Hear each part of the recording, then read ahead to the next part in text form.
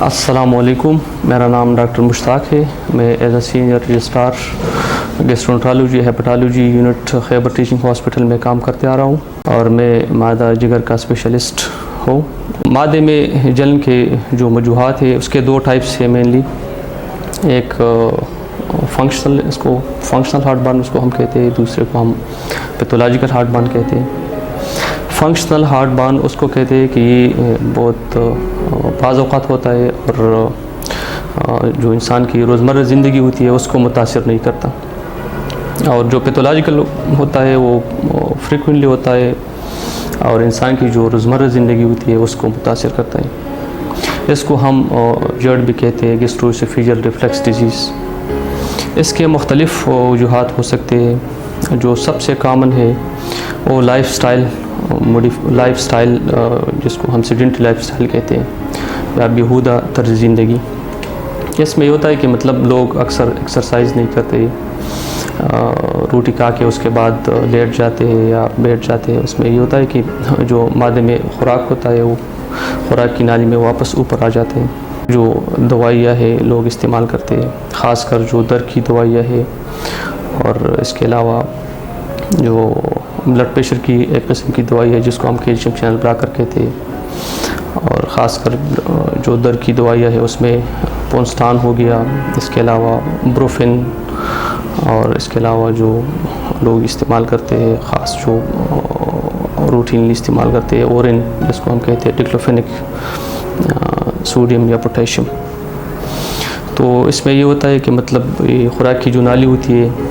اس کا جو نچلا والا حصہ ہوتا ہے اس میں زخم آ جاتا ہے، تو پھر اس کی وجہ سے انسان کو معدے میں جلن ہو سکتی ہے۔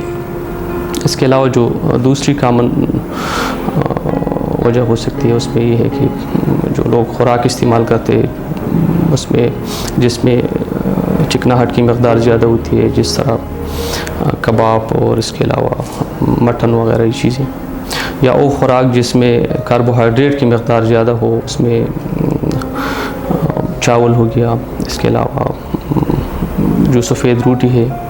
آلو وغیرہ، اس سے بھی یہ ہو سکتا ہے کہ معدے میں تیزابیت بڑھ جاتا ہے، اس کے بعد ہی پھر خوراک کی نالی میں اوپر آ جاتا ہے، تو اس سے پھر یہ معدے میں جلن جو ہوتے ہیں یہ ہو سکتا ہے۔ اور اس کے علاوہ اور جو وجوہات ہو سکتے ہیں، اس کے علاوہ اور بھی بہت سارے وجوہات ہیں، اور بھی بیماریاں ہیں بہت سارے جو اس میں یہ ہو سکتا ہے۔ اور اس کے علاوہ ایک امپورٹنٹ وجہ یہ بھی ہو سکتی ہے جو لوگ جو جس چیز میں رنگ کا استعمال ہوتا ہے، کلرنگ ایجنٹس، جس طرح مشروبات ہو گئی، پیپسی، ڈیو، کوکا کولا وغیرہ یہ چیزیں، اس سے یہ بہت کامن ہے اور آج کل لوگ بہت زیادہ استعمال کرتے ہیں۔ وہ خوراک جس میں مرچ مسالہ کا استعمال زیادہ ہو اس میں اس سے بھی یہ مسئلہ انسان کو ہو سکتا ہے۔ اس سے جو بچاؤ کے طریقے ہیں بہت آسان ہے، جس طرح میں نے وجوہات بتا دیے، ان سے اگر انسان اپنے آپ کو دور رکھے یا اس کو اوائڈ کرے تو اس سے بچایا جا سکتا ہے۔ اس میں سمپل یہ ہے کہ مطلب جب بھی انسان یا کوئی بندہ کھانا کھاتا ہے اس کے بعد اس کو چاہیے کہ مطلب تھوڑا سا ایکسرسائز کر لے، کم از کم 15-20 منٹ تک ایکسرسائز کر لے، یا جو روٹی کھاتا ہے ایک ساتھ زیادہ روٹی نہ کھائے، ٹھیک ہے نا، یا روٹی درمیان میں وقفے سے کھایا کرے۔ دوسری بات یہ ہے کہ اس میں اگر کچھ بندہ کچھ کھاتا ہے اس کے بعد اس کو چاہیے کہ تھوڑا سا ایکسرسائز کر لے۔ اور جو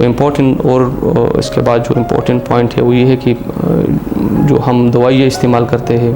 خاص کر ان انڈیکیٹڈ میڈیکیشن جس کو کہتے ہیں، اس کو ہم اوائڈ کر لیں۔ اس میں جو درد کی دوائیاں ہے بہت امپورٹنٹ ہے، اس کو اوائڈ کر لیں، بہت اس مسئلے سے ہم چھٹکارا حاصل کر سکتے ہیں۔ اس کے علاوہ وہ خوراک جس میں جو خوراک سویٹ ہو یا اس میں میٹھی ہوئی چیزیں ہو تو اس کو اگر ہم اوائڈ کر لیں تو اس کو بھی مطلب اس سے بھی ہم مسئلہ کنٹرول کر سکتے ہیں۔ اگر بندہ 40 منٹ ایکسرسائز صبح اور 40 منٹ رات کو اگر روٹین بنا لے تو اس مسئلے پہ ہم قابو پا سکتے ہیں۔ اس کے علاوہ اگر اس سے مسئلہ حل نہیں ہوتا یا جو علامات ہیں یہ کنٹرول نہیں ہو سکتے تو پھر اس کے بعد ہم میڈیسن ریکمینڈ کرتے ہیں۔ اس میں خاص کر ہم جو اومیپرازول ایسومیپرازول ڈیکسلینزوپرازول وغیرہ یہ دیتے ہم، یا اسٹوب لا کر ہم دیتے اس میں رینیٹیڈین وغیرہ، آج کل تو یہ بند ہے، سیمیٹیڈین اور اس کے فیموٹیڈین وغیرہ ہم دیتے، اور ساتھ ہی ہم اینٹا ایسڈ ایلومینیم ہائیڈروکسائڈ اور میگنیشیم ہائیڈروکسائڈ ہم دیتے ہیں، اور اس کے ساتھ ہم پروکائنیٹکس دیتے ہیں جس کو ہم میٹوکلوپرامائڈ اور یا ڈومپیریڈان یا ایٹوپرائٹ ہم دیتے ہیں۔ تو یہ بہت کامن مسئلہ ہے، اور آج کل تقریباً ہم جو او پی ڈی میں ہوتے ہیں تو 50% ایٹ لیسٹ 50% پیشنٹ جو ہوتے ہیں وہ ہارٹ بانس کے ہوتے ہیں، معدے میں جلن کے، تقریباً یہ شکایت ہوتی ہے ہر کسی کو۔ تو یہ بہت کامن مسئلہ ہے، اور اس پہ ہم بآسانی قابو پا سکتے ہیں اگر